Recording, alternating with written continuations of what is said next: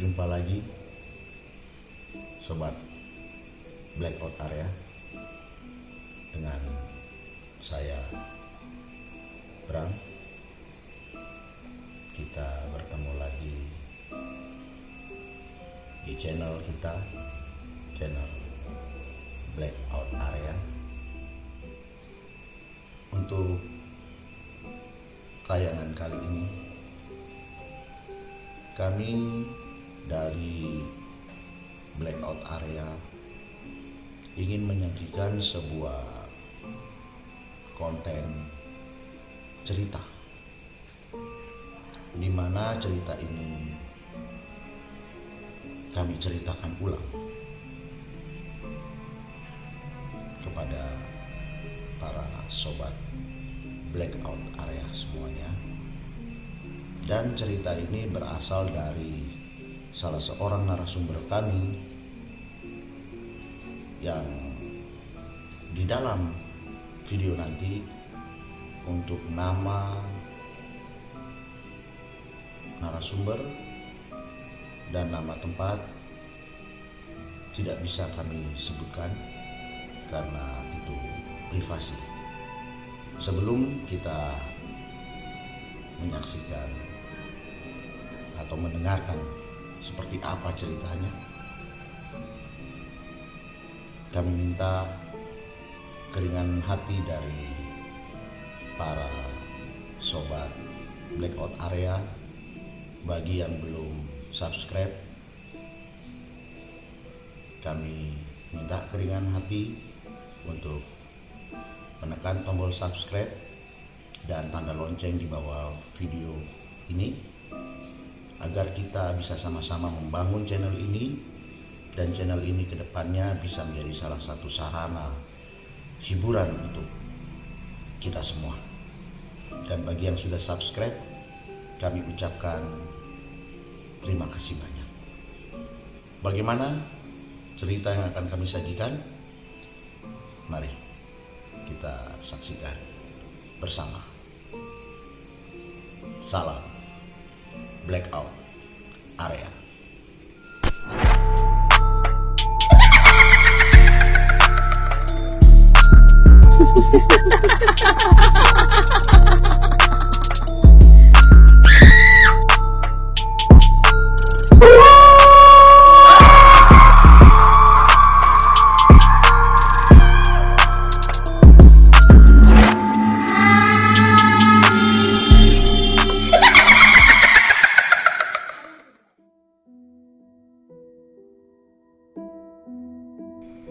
Aku sedang ngobrol bersama seorang sahabatku di telepon. Ya, dia bernama Dina. Dia sedang curhat kepadaku mengenai masalahnya dengan ibunya. Posisi malam itu dia sedang lembur karena ada sedikit pekerjaan di kantornya. Dan selesai mengerjakan pekerjaannya, dia langsung meneleponku untuk curhat seperti biasanya. Dan aku pun hanya menjadi pendengar yang setia pada setiap curhatan-curhatannya. Tidak terasa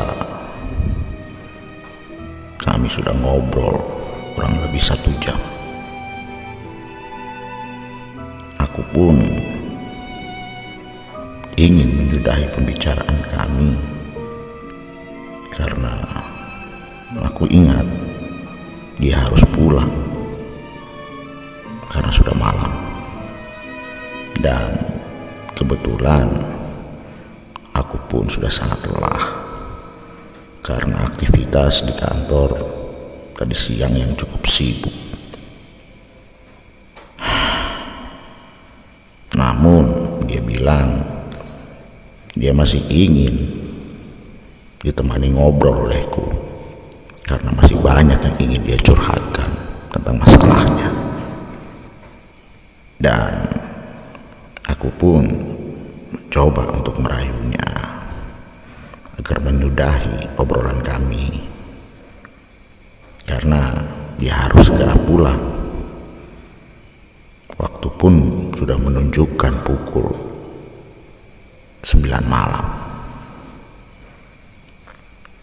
Aku janji padanya besok untuk melanjutkan mendengarkan curhatan dia lagi. Ya, setelah kami bernegosiasi sebentar, akhirnya dia pun setuju, dan kami pun mengakhiri obrolan kami. Dan dia pun segera bergegas untuk pulang ke rumahnya, yang kebetulan rumahnya tidak terlalu jauh dari kantor tempat dia bekerja, hanya berjarak kurang lebih 3 kilometer lah. Setelah mematikan HP-ku, aku pun merebahkan diri di kasurku, dan mataku pun melirik jam. Ternyata sudah jam 9 malam lewat. Tiba-tiba aku jadi kepikiran sahabatku tadi yang sedang dalam perjalanan pulang. Aku penasaran, apakah dia benar-benar pulang atau malah pergi ke tempat lain untuk mengusir kegalauannya malam ini. Aku pun berinisiatif untuk mencoba miss call ke nomornya. Namun ya, tidak diangkat olehnya. Mungkin lagi di jalan, pikirku. Ya sudahlah. Akhirnya aku memutuskan untuk tidur kembali. Aku mematikan HP-ku, lalu ku aktifkan alarm agar aku tidak kesiangan besok pagi. Setelah itu ku matikan lampu kamarku, dan aku pun merebahkan diriku. Ku tarik selimutku dan memeluk guling kesayanganku untuk menghangatkan tidurku. Dan kebetulan sih, memang malam itu cukup dingin. Selang berapa lama ketika aku mulai memasuki tidurku, tiba-tiba hidungku seperti mencium bau wangi bunga,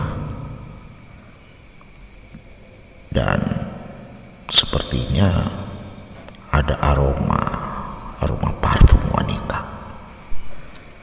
Dan anehnya lagi, aku sepertinya sangat mengenal bau parfum ini. Tapi aku tidak ingat siapa yang biasa memakai parfum ini. Aku pun berusaha untuk membuka mataku dan melihat dari mana asal bau yang membuatku terbangun lagi. Karena memang baunya sangat menyengat. Dan yang anehnya lagi, belum bau tadi hilang, tiba-tiba muncul aroma baru lagi yang sangat menyengat sekali. Dan aku sepertinya tahu itu aroma apa.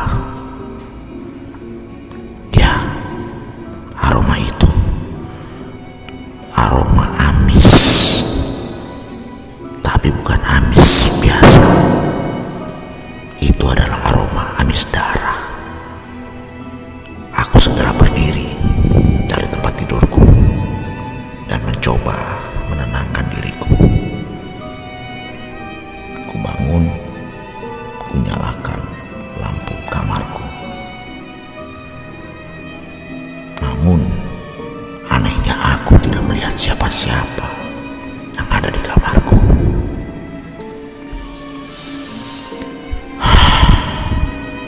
Aku mencoba menarik nafas panjang untuk menenangkan hati dan pikiranku. Ya, kupikir mungkin aku sedang kecapean. Akhirnya setelah itu aku memutuskan untuk mencoba tidur kembali. Setelah mematikan lampu kamarku lagi, aku kembali merebahkan diriku. Tetapi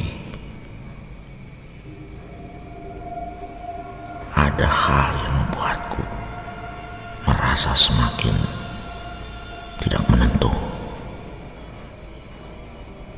Bau itu semakin menyengat, seolah-olah ada di dekatku. Perutku pun sampai-sampai mulai merasa terganggu akibat bau darah yang semakin menyengat dan dibarengi bau parfum yang jujur sebenarnya aku penasaran sekali. Aku merasa tidak asing dengan bau parfum itu. Tapi pada saat itu aku lupa sama sekali siapa yang sering menggunakan parfum itu. Tiba-tiba aku merasa bulu kuduku meremang dan aku merasa seperti ada yang memperhatikan aku saat itu. Sudahlah, bodoh amat pikirku, karena memang mataku pun sudah mulai ngantuk. Aku pun memutuskan untuk tidur. Ku tarik selimutku untuk menutupi tubuhku. Namun aku merasa ada yang aneh ketika aku menarik selimutku. Sepertinya ada yang sedikit menahan selimutku. Lalu aku coba tarik paksa saja selimutku, dan akhirnya selimut itu pun menutupi badanku.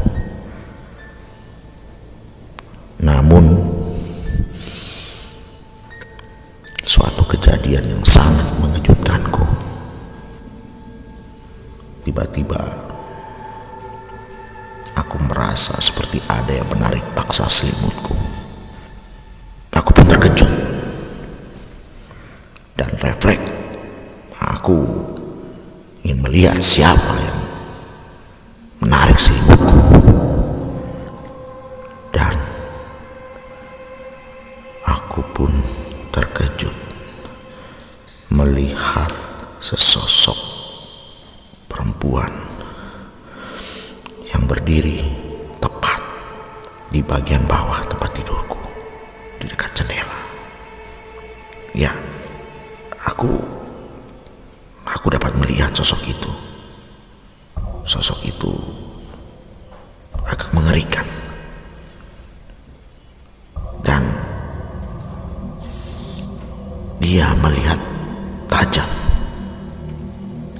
Ya, melihat tajam ke arahku. Aku dapat melihat jelas sosok itu karena memang ada bias cahaya lampu dari teras yang masuk melalui jendela kamarku. Ya, sosok itu berdiri menatapku Bajunya seperti ada berlumuran cairan berwarna sedikit gelap. Aku mencoba untuk melihat dengan benar apa itu, dan aku bisa memastikan cairan yang menetes dan mengalir itu adalah darah. Ya, darah. Namun ada yang membuatku lebih terkejut lagi setelah aku berusaha untuk melihat siapa sosok itu. Ternyata, ya, sosok itu adalah sosok sahabatku yang tadi habis mengobrol denganku di telepon. Sosok itu adalah Dina. Belum lagi rasa terkejutku hilang. Tiba-tiba tubuhnya yang berlumuran darah itu mulai bergerak, dan dari mulutnya keluar kata-kata, "Temani aku malam ini." Aku pun menggigil, bergetar seluruh badanku. Nafasku pun sesak. Tiba-tiba aku merasakan gelap dan pekat. Tiba-tiba aku dikejutkan oleh suara alarm dari HP-ku. Aku bangun dan ternyata yang terjadi tadi malam hanyalah mimpi. Aku pun menarik nafas lega. Aku duduk di pinggir tempat tidurku. Aku raih HP dan kumatikan alarm yang berbunyi dari HP-ku itu. Lalu setelah itu aku membuka HP-ku karena aku lihat ada beberapa panggilan tidak terjawab. Dan setelah aku buka, ternyata panggilan tidak terjawab itu berasal dari ibu sahabatku.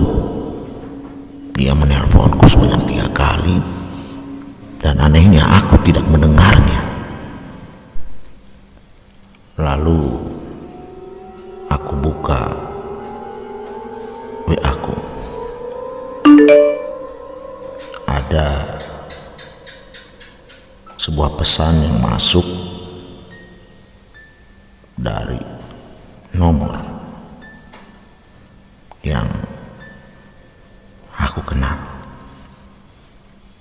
Ya, itu nomor WA dari ibu sahabatku, Dina. Hatiku bertanya-tanya, ada apa ini?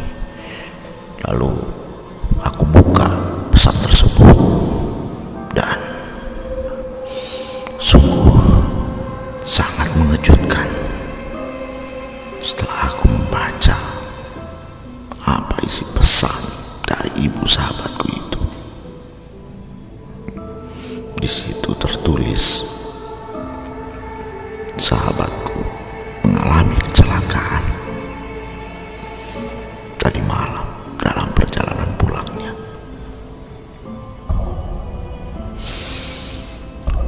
Hatiku hancur tidak menentu. Belum lagi rasa kagetku hilang.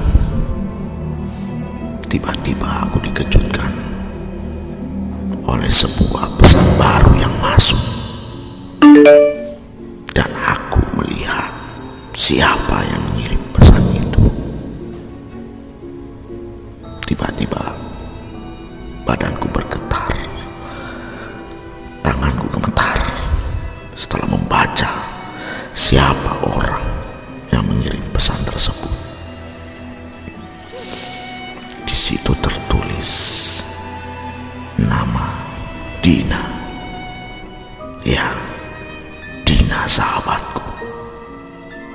Dengan tangan gemetar aku menekan pesan itu karena aku ingin mengetahui apa yang ada dalam pesan itu. Setelah pesan itu terbuka, hanya ada beberapa patah kata yang tertulis pada pesan itu. Temani aku malam ini.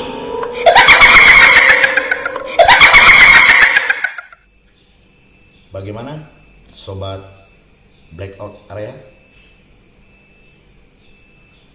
Cerita yang sudah kami sajikan, ya itu mungkin salah satu dari ribuan cerita kisah hidup kita sebagai manusia. Dan terkadang cerita dalam kisah hidup kita ini terjadi di luar nalar kita sebagai manusia biasa. Kami rasa cukup untuk video kali ini. Kita bertemu lagi di video-video berikutnya yang kami hadirkan di channel Blackout Area. Sampai jumpa. Salam Blackout Area.